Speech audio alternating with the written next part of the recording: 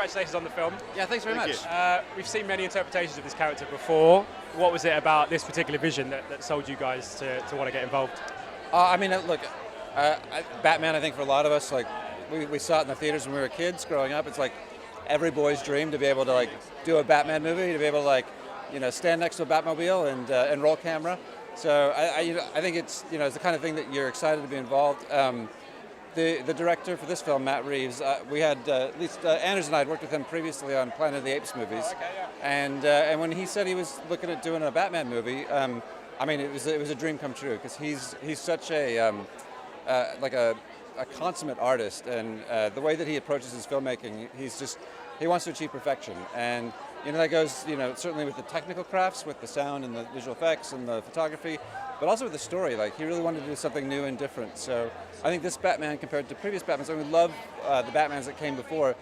This one was quite a bit grittier and in some ways hewed closer to the comic book origins of Batman. So that was really exciting to be part of.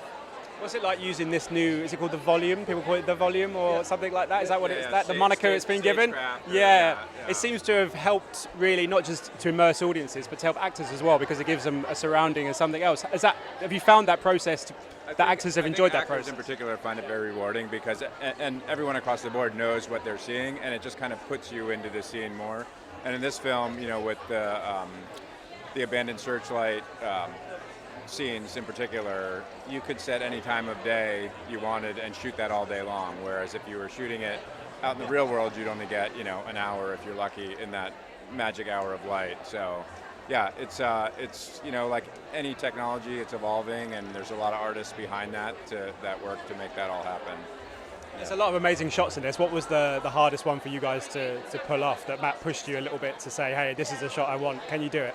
Well, I think one of the big challenges was the Batmobile chase, because we were trying to keep everything as grounded in photography as possible, but there's some things that, like, as great as those cars were, and Dom Tui, our co-nominee, built 4 unique Batmobiles, but you can, for safety reasons, for just logistical reasons, you can only go so fast, you can only hit the cars so hard against one another.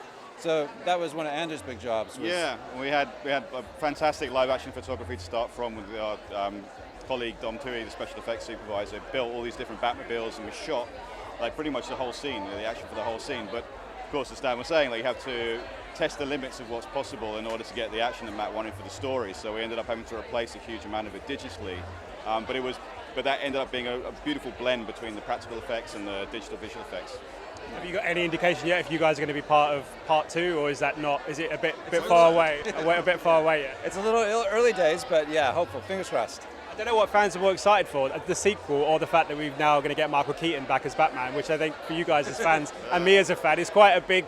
I didn't think I'd ever see Michael Keaton back, and now we're going to get him back. I think what's great is that they figured out a way to be able to explore Robert Pattinson's Batman in its own kind of unique universe, which is a very sort of gritty, realistic. There's not a lot of there's no magic, there's no superpowers. It's just very grounded in reality. And then there's the Michael Keaton universe, and all the new exciting things that they're doing and planning in that space as well. So it's great that they can, it's very similar to comic books in that way, where you'll have one thread that will run one way and another thread that will run another way, and they can kind of live side by side. Fantastic. I wish you all the best, guys. Thank you so much for stopping. Pleasure talking to you. Thank you so much. Have a good evening. Thank you. Cheers. Ladies and gentlemen, you're watching Hey You Guys! Hey You Guys, huh? Hey You Guys. Is that from the Goonies? It is indeed, yes. Nice. Hey